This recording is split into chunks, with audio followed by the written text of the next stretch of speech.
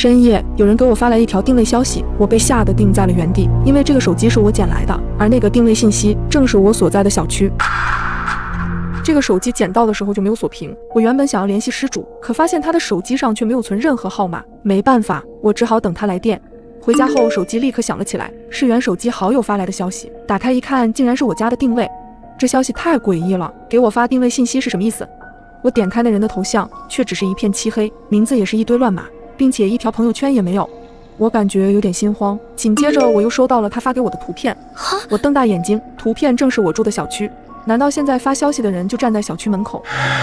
本来就是半夜，这样怪异的信息不免让我觉得毛毛的。你是谁？我有些忐忑地回复了他，神经紧绷地等待着消息。突然响起的铃声吓了我一跳，对方竟然打来了视频电话，我下意识地点击了挂断。你是要拿手机吗？这么晚了，别这么吓人。我气愤地编辑着信息，可我还没发送，他却发来了一句反常的话：一个人在家吗？这消息让我如坠冰窖，他到底要干什么？我连忙把手机放在一旁，越是去想这句话，越是感觉恐怖。就算是蜷缩在沙发上，也不能缓解心中的情绪。我颤抖地拿起手机，编辑着信息：我再问你一遍，你是谁？这手机是你的吗？没事，我来了。眼前的几个字在我脑海中瞬间炸开，我久久不敢回复。漆黑的房间显得格外压抑。忽然，一张图片发了过来，正是我所居住的单元门口。难道他已经知道我家的地址了？我慌张地拿出自己的手机，一遍遍地拨通着男友的号码。他已经下楼有一段时间了，可不知为什么电话就是无法拨通。我的眼泪夺眶而出，怎么联系不上？就在这时，那部手机竟又响了起来，依旧是视频电话。我被这突然出现的情况吓了一跳，不小心按到了接通键。我赶忙挂断，可就在这短暂的通话里，我看到了那个男人，他正仔细地盯着屏幕，怪异地鬼笑着。我被吓得脸色惨白，甚至不敢去想手机那头的人到底要干什么，而他也在手机中看到了我的样子，我该怎么办？这时手机又来了一条消息：看到你了。来不及多想，我赶忙跑去锁门。没过一会，走廊上就响起了阵阵脚步声，我紧紧地捂住嘴巴，不敢呼吸。那声音在走廊中回荡，一步一步，直到那声音停在了我的门口。开门，芊芊。是男友。我悬着的心稍微放松了一些，赶忙开门，将刚才发生的事告诉了他。我说怎么有个人鬼鬼祟祟的，赶紧报警！这个手机就是他给你设下的陷阱。不久，那个人就被抓住，他交代自己是通过被害人捡到手机后获取信息，从而实施犯罪。难以想象，如果真的只有我一个人在家，结果会是怎样？我们埋在地下的时光胶囊里，出现了一张无人认领的纸条。本以为是一句玩笑话，可没想到真的有人死了！一声尖叫从卫生间传来，等我赶到时，芊芊已经瞪大了双眼，僵硬地躺在卫生间里，仿佛在生前看到了恐怖的景象。芊芊死了！一瞬间，我如坠冰窖，整个人被定在原地。我颤巍巍地询问雨墨：难道真的是他？我的脑海中都是那张红色的字条，雨墨也被吓得说不出话来。我哆嗦着拿出了手机，拨通了报警电话。说明情况后，我脚下一软，跌坐在地。原本今天我来这里是参加初中同学的聚会，当年我与芊芊、雨墨共同埋下了一个时间胶囊，相约在15年后的今天打开。可现在出现了一张不属于任何人字迹的纸条。你说会不会是小美啊？当时她就偷我的笔，发现了之后还说是她自己的。肯定不是，我都不认识她。写纸条的人是要杀了我们所有人，他一定对我们非常怨恨。那就是杜芳了，那个转校生，整个人土里土气的，平时也不愿说话。那件事儿我们也不是故意的，他应该不会记仇吧？还记得那个学期一直是杜芳帮我们带早餐，到了周末我们偶尔也会找他玩，但他总以在家照顾他残疾的妈妈为理由拒绝我们。直到有一次他忘记了给我们带早饭，芊芊就编了个谎话捉弄他，我在一旁并没有阻止。也正因为这句玩笑话让杜芳出了车祸。后来听说杜芳的妈妈是在得知她出车祸的消息后着急出门，不小心从楼梯上跌落出了意外。从那以后我们再也没有见过杜芳了。你说她当年会不会已经死了？雨墨颤抖地问道。啊，少自己吓唬自己，现在已经15年了，我们不也活得好好的？芊芊也有些紧张，起身留下了一句我去一下卫生间便离开了。哎，小兰，看朋友圈，平时你还去社区给孩子做心理疏导啊？做心理医生是不是很赚钱啊？我去给孩子疏导心理问题，不是为了赚钱。其实很多孩子都有心理疾病，我自然会多关注一些。小孩子哪有什么心理疾病？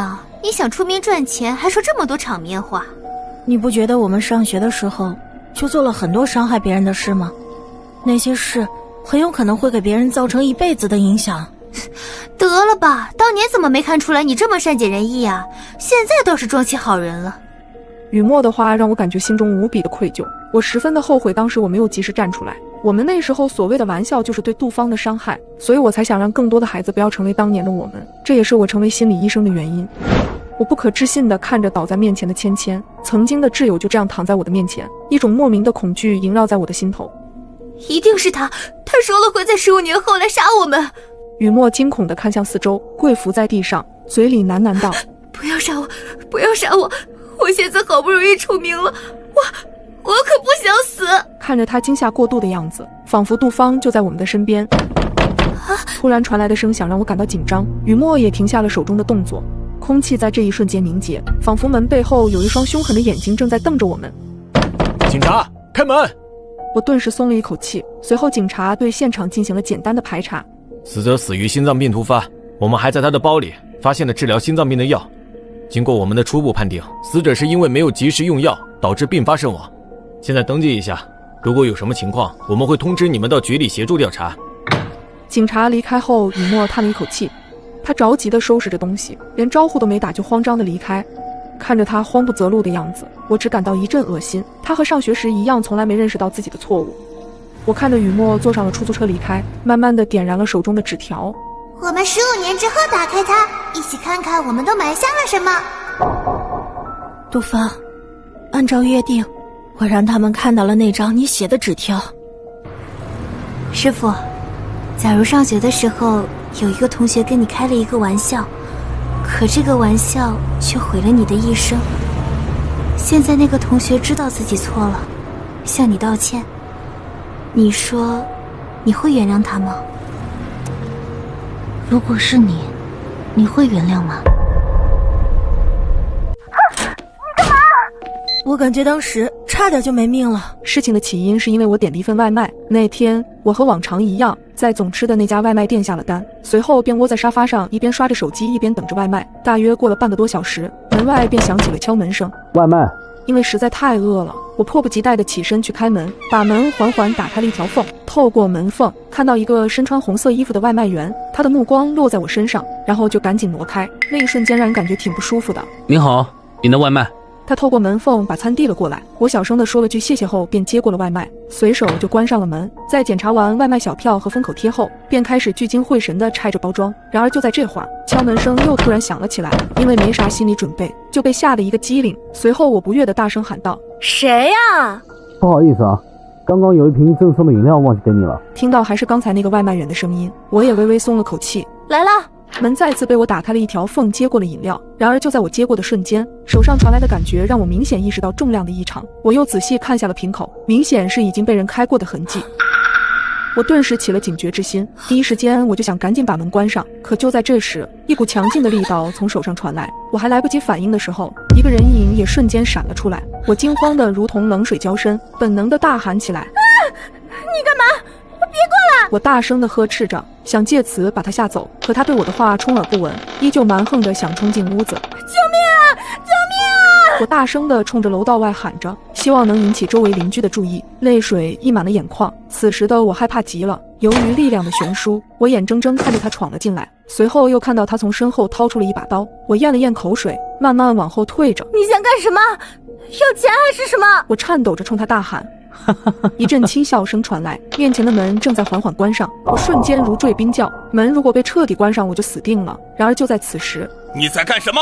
一道声音从门口传出，顺着视线望去，竟然是隔壁的邻居大哥，泪水早已经溢满了脸。听到这声音，他似乎也慌了，顿时冲出了屋子，仓皇逃走。后来在邻居的协助下，我们报了警，警察很快根据我们提供的信息把他逮住了。但这件事让我至今心有余悸，所以不要随意给陌生人开门，一定要记住，不管是外卖还是快递，确定带他离开后再去拿取。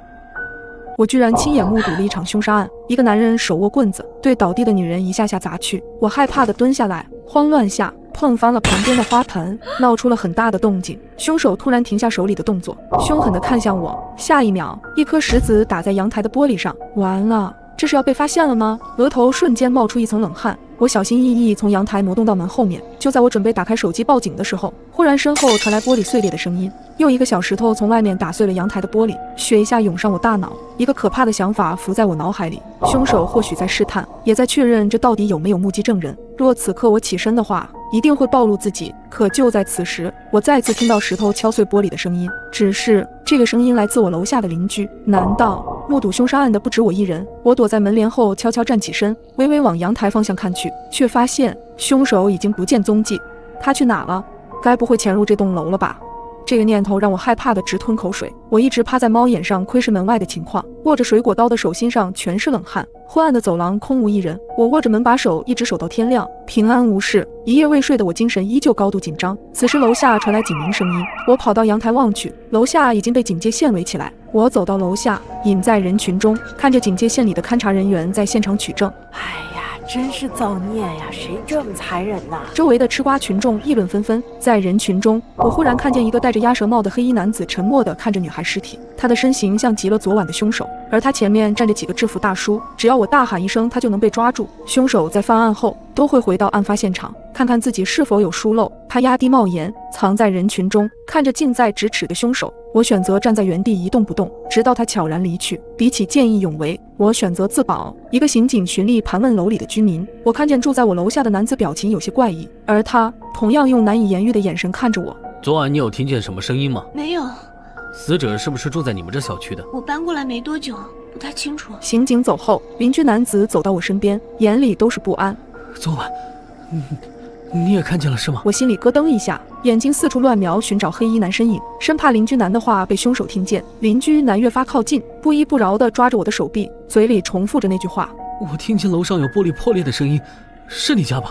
所以你也看见了，你也清晰地听见了。我不耐烦地推开男子，但心里已经疯狂地点头。是的，我瞧见了，我还发现了凶手就在附近，但是没告诉警察，因为我怕死啊。这句话埋在我心里，一直捶打着我的负罪感，直到邻居男无意说了一句话，让我毛骨悚然。我知道你看到了，你说他会不会来杀我们灭口？我害怕地看了一眼男子，和他保持一段距离，转身快速离开小区。晚上下班回来，尽管心里害怕，可我的余光还是不自觉地扫向警戒线里面。尽管地面的血迹已经干涸，可猩红的颜色还是让我脸色惨白。我不自觉地加快了脚步走进电梯间。电梯即将关闭的刹那，忽然一只手伸了出来。我居然亲眼目睹了一场凶杀案，而凶手似乎发现我了。在电梯即将关闭的刹那，忽然一只手伸了出来，我紧张地向后退了2步。不好意思，我的时间快来不及了。原来是外卖员，他头上戴着黄色头盔，手里拎着一袋外卖，但他的眼睛给我一种莫名的熟悉感。我的心里隐隐不安。电梯缓缓上升，等到了3楼的时候，我忽然意识到一个问题，那个外卖员并没有按楼层。4楼到了，电梯门缓缓打开，可我的腿却像灌了铅一般，根本挪不开步。外卖员带来的压迫感几乎让我窒息。你的楼层到了。外卖员低沉地提醒我，随即他的手伸到了前面，我吓得险些尖叫，身子不自觉地绷紧。下一秒他按了数字5，又把手缩了回去。我暗暗松了一口气，假装镇定地走出去，却一直徘徊不前，直到电梯门完全关上，我才无力地瘫倒在地上，大口大口地喘着粗气。第2天，我刚下班回家，急促的警笛声响起，小区里又出事了。昨天和我说话的邻居昨晚被杀了，凶手伪装成外卖员敲开了他家的门，他在报复目击者。下一个会不会轮到我？我害怕的心都要跳出来，瘫在床上用被子裹紧自己，还觉得寒气不断地侵蚀5脏6腑，这一切太可怕了。电话不合时宜地响起，太过紧张的我忽然手一滑，手机掉到地板上。我弯腰低头捡手机时，恐惧从血管迅速涌上我大脑。手机背后的镜面上赫然出现一张模糊不清的脸，那张脸就藏在我床底下。我惊骇地瞪大眼睛，身子微微颤抖。为了不引起对方怀疑，我佯装若无其事地接起了电话。喂，你好，是快递啊。好的，我这就去取。我小心翼翼地走出卧室，心却像是在刀尖上狂跳。走出家门后，我一路狂奔，冲下了楼，鞋子都不知何时跑丢了一只。警察来我家里进行了搜查，可男人已经逃匿。根据床下的灰尘痕迹显示，曾经的确有人躲在这里。我不想死。我欲言又止，最终还是没敢把之前看到凶手的事情说出来。家里是不敢待了，我只能跑到了表哥家去借宿，这也让我紧绷的神经稍微放松下来。第一晚睡得格外香甜。第二晚，我正打算睡觉，业主群里突然发来几条消息，我放松的神经再次绷紧，用力握着手机，听说保安老刘被人杀了。这种事可不敢乱说，最近咱们小区人心惶惶。接着一张图片被发到群里，老刘仰面躺在地上，满头的血迹，眼睛瞪得格外圆，一脸不可思议。我吓得直接将手机扔在沙发上，因为老刘竟躺在我家门口。这绝不是偶然，凶手其实想要除掉的是我。这个念头让我毛骨悚然，我一阵眩晕，浑身止不住地颤抖。我赶紧反锁了大门，又把窗帘拉好，尽管这样，还是浑身发抖。用力的敲门声让我的心脏漏了好几拍，我下意识地看了时间，晚上11点，空荡荡的房间里，这诡异的气氛让我汗毛竖立。我用手捂住耳朵，企图将敲门声屏蔽。手机突兀的响起，是表哥打来的。我慌得吞了吞口水，瞄了一眼门口，迅速按了接通键。喂，怎么不开门啊？睡着了吗？我没带钥匙。我起身向门口走去，但凶手带来的阴影让我小心翼翼地趴在猫眼上向外看。走廊里空荡荡的，只有表哥无奈地站在门口。看清他的脸后，我稍稍放松了警惕，将门打开一道缝。表哥还没来得及迈步，就被一个黑影揪住头发，一刀割喉，直接栽倒在地上。随后，一只戴着黑色手套的手猛地伸进门缝，戴着鸭舌帽和口罩的男人赫然出现在我的面前，正轻蔑地看着我。那个凶手真的找来了！我吓得惊声尖叫，用力推着房门，可怎么也关不上。男人一把揪住我的头发，对准我的脸狠狠地甩了一耳光，天旋地转间，一把冰冷的刀刺向了我的心脏。我猛地睁开眼睛，捂着心脏的位置，那痛感还在，我疼得吸了一口凉气。你的身体还没有恢复，不宜有大幅度的动作。一个医生模样的女人说。此时我才留意到自己正在医院里，周围站着警察和医护人员。凶手抓到了吗？我紧张兮兮地问。一名警察无奈地摇了摇头。我们赶到现场时，凶手已经逃走，并没有留下任何线索。不过请你放心，我们一定会保护你的人身安全。我哥呢？他人没事吧？我望着他们，眼睛里写满了期冀。宋女士，很抱歉，他被凶手当场毙命，请节哀。听到这个噩耗，我失声痛哭，能活下来实属侥幸，因为我的心脏在右边，凶手刺穿的是左边。看着之前的那个刑警也在，犹豫再三，我最终把这几天发生的事情，包括凶手的长相告诉了他。这么重要的线索，你之前为什么不说？听完我的话，警察激动地问。我太害怕了，我不敢。我特别愧疚地小声解释。真是糊涂，如果当初你们有人勇敢地站出来，就不会有这么多悲剧发生。的确，那个女孩遇害时，我们都选择了装聋卖哑，不敢报警，也没人去作证，这才让凶手逍遥法外，更加猖狂。我们不仅是受害者，更是命案发生的帮凶。在我提供的证据下，警方很快就瞄准了犯罪嫌疑人，他终究会为他的罪行付出代价，而我因为自己的懦弱，也留下了一辈子的遗憾。早上，一阵急促的警报声把我吵醒。随后，我们2单元的业主群突然发来一条消息：大雾7天后消散，在此期间请遵守以下规则，期待能在下一个晴天见到你们。1. 雾里有毒，在此期间请不要接触大雾。2. 冰箱里无论有多少食物，也只能吃1天。3. 家里是安全的，不过只能1个人待在家里，如果家里有2个人以上，就会集体死亡。4. 假设食物吃完，你可以下楼去买食物。5. 不要相信任何人，请保护好自己，若是有人敲门，千万不要开门。6. 社区没有服务人员，若有人自称是服务人员，一定是冒充的。7. 大雾期间，千万不要出门。我撇了撇嘴，觉得有人在恶作剧，下意识地看了看发群消息的人，竟然是物业经理老陆。我还来不及询问，群里已经有人先开了口，业主纷纷猜测是老陆的手机被盗，才会发这种无聊的消息。直到一张照片被发到群里，群瞬间炸开了锅，一个女人面色发青地倒在地上，嘴角泛出粉红色泡沫。我吓得一个机灵，赶紧在群里询问这是怎么回事。我女朋友不相信，打开窗户把脑袋探出去，就变成了这个模样。这也太可怕了，我们该怎么办？是不是遵守规则就可以活过7天？不一定，规则里有很多矛盾的地方。我的消息一发出去，群里陷入了死一般的寂静，大家都在认真地分析着规则。马吉小区不是单身公寓，像我这样独居的住户并不多，冰箱里的食物只能吃1天，不让出门却允许去购买食物，难道这些规则有真有假？我的脑子一团乱麻，捋不出一丝头绪。突然间，从隔壁502传出一声女人凄厉的惨叫，我的头皮一阵发麻，怯生生地挪到阳台。502的男人用力掐着老婆的脖子，面对老婆的挣扎，他根本无动于衷。猛然间，男人看到了对面偷窥的我，抬起头冲我阴森森地笑。我赶紧拉紧窗帘，迅速地缩进了屋子，紧张的后背全是冷汗。这对夫妻刚结婚不久，明明感情一直很好，我的喉咙里像塞了一团棉花，上不来也下不去，呼吸都变得困难。我失魂落魄地打开冰箱，里面塞得满满的，都是我昨天买的。他们明天会怎样呢？门口传来了急促的敲门声。小周，我是你李姐，你家里有南瓜吗？宝宝想喝南瓜粥。李姐住在我的楼下，独自带着6岁大的儿子生活，平日里对我很照顾，经常送点心给我。不要相信任何人，请保护好自己。若是有人敲门，千万不要开门。想到这条规则，我的心提了起来，抿紧嘴巴。李姐又喊了几声后，走廊里传来了哒哒的脚步声，随后是一片寂静。我心里默念着对不起，凑到猫眼向外望去，走廊里空无一人。我正想松一口气，李姐不知从哪里突然冒了出来，整只眼睛几乎都贴在了猫眼上，我吓得差点喊出来，心扑通扑通狂跳起来。小周，我知道你就在门口，你把门打开好吗？给我一根南瓜我就走。李姐的声音有些嘶哑，带着一丝哀求。李姐，我家也没有南瓜。想到那条规则，我下意识地拒绝。猫眼里，李姐的表情很诡异，似乎在笑。她转过身去，僵直地向前走着。直觉告诉我，她有些不对。她走到502的门口，再次敲门，嘴里依旧重复着对我说过的话。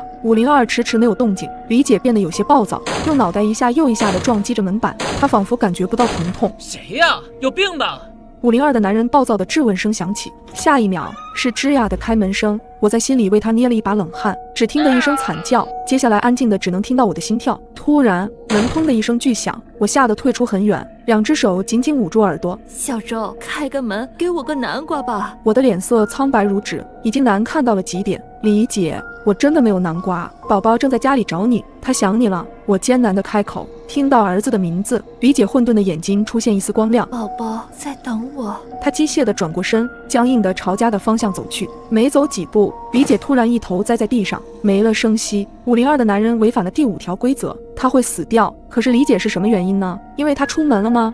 太可怕了！眼泪不受控制地从我的眼睛里流出来。好不容易熬过了中午，可我一点胃口也没有。为了让自己保持充足的体力，我还是决定熬点粥。打开冰箱后，我有些发愣，早晨还很新鲜的蔬菜竟然发蔫了，水果上还长了斑斑点点。我颤抖着拍下这些画面，发到了业主群，随即有很多人响应了我。我家的也是，我家冷藏的肉竟然有些发黑了。你们听说过生大米长斑点的吗？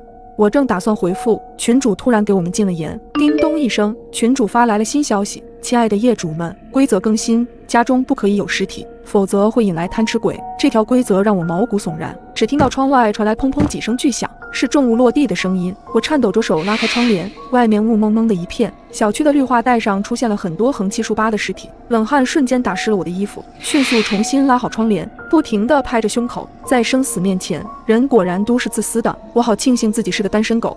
粥在锅里翻滚时，门外又传来了响动，直到看到楼下密密麻麻的尸体，我才终于确定群里的大雾规则是真的。粥在锅里翻滚时，门外又传来了响动。我是物业的，下面邻居反映你们家漏水，社区没有服务人员，若有人自称是服务人员，一定是冒充的。我想起这条规定，拿起手机看着单元业主群，我家有人敲门了，我家也是，说是楼下反映漏水，千万别开门。这时候开门就是傻子，不少人附和，敲门声越来越大。突然门外传来一声尖叫，接着就是啃食声，我心里咯噔一声，估计还真有傻子。不知道过了多久，外面的响动渐渐消失了，整栋楼又恢复了平静。熬过了一个晚上，第二天一早，我刚睁开眼，下意识的就先跑到了厨房，看着冰箱里的食物已经全都腐烂了，隐隐散发着臭味。我心中有些发慌，每天都必须吃食物，可以下去买，但屋里有毒又不让出门。我生平第一次想打人，正在我纠结时，门再次被敲响，我吓了一个激灵，什么玩意儿？敲了2下就没了动静，手机再次传来消息：亲爱的业主们，规则更新，门口放有防护服和防毒面具，有效时间1小时，请在规定时间内回家。我大着胆子屏住呼吸打开门缝一看，门外果真放了一个防护服和防毒面罩，我立刻伸手把它们拿了进来，瞥了一眼楼道，愣怔了片刻，随即迅速关上了门。我跑到阳台往下看去，果然所有的尸体都消失不见了，门口李姐和邻居的尸体也都不见了，这究竟是怎么回事？我现在有防护服就可以出门买食物，那就说明之前规则里大雾期间千万不要出门，这条规则是假的。那李姐是因何而死？我理不出一丝头绪，却不敢有一丝怠慢，毕竟如果不出门，我估计也熬不过7天。穿戴完毕后果断下了楼，超市就在我这栋楼的边上，平常整个小区的人顺道买东西都会往这里走，但是今天人简直少得可怜。走进超市，门口竖着黑板，超市规则：1. 超市里的肉很新鲜，但都不可以吃；2. 蔬菜都是当天新进的货，可以放心食用； 3. 每个人只能买1天的量。4. 超市每次只能供应20人的食物，人越少越好哦。看到最后一条，我顿时觉得毛骨悚然，这是让大家自相残杀呀！一栋楼起码有上百人，就算是死了一些，食物也是不够分的。看着已经走进去了好些人，我麻溜地跟了进去。超市的门在我进去之后便关上了。我转过身看着外面，超市门口的小黑板都不见了，也就是说，后面的这些人都看不见这个规则。外面没来得及进来的人正眼巴巴地看着里面，我叹了一口气，看来轻易出不去了。防护服和防毒面具的使用时间是1小时。我转头先去拿一些要吃的东西，看到新鲜的肉咽了咽口水。我明明是个无肉不欢的人，但是规则说超市的肉不能吃，于是艰难挪开了目光，走向了旁边的蔬菜区，拿了几颗青椒和土豆，再买了桶泡面。看到有南瓜饼，我想到了什么，下意识地拿了一袋。刚走到收银台就看到了上面贴着的规则：超市内部规则：1. 超市的后门是商品运输通道，可以进出。2. 超市后门边的厕所没有锁，可以借用，老板不会责怪。3. 任何人都有可能是贪吃鬼假扮的，贪吃鬼喜欢吃肉，如果遇到危险可以把身边的人丢出去，这也是隐藏规则吗？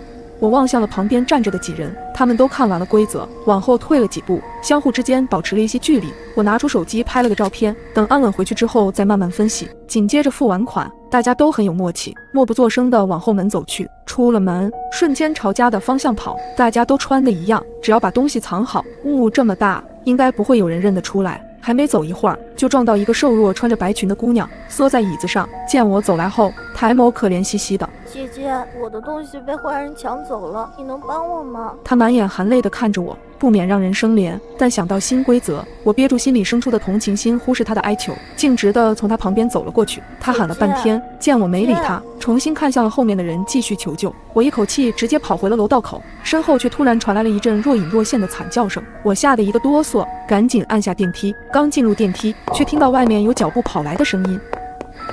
我居然在家窗户上目睹了杀人现场。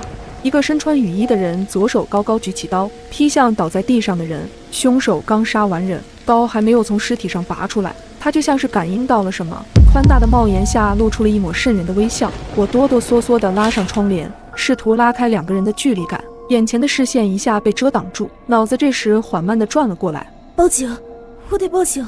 我差点要哭了出来，双腿发软蹲在地上，手几乎都拿不稳手机，慌忙地拨打了110。救命！杀人了！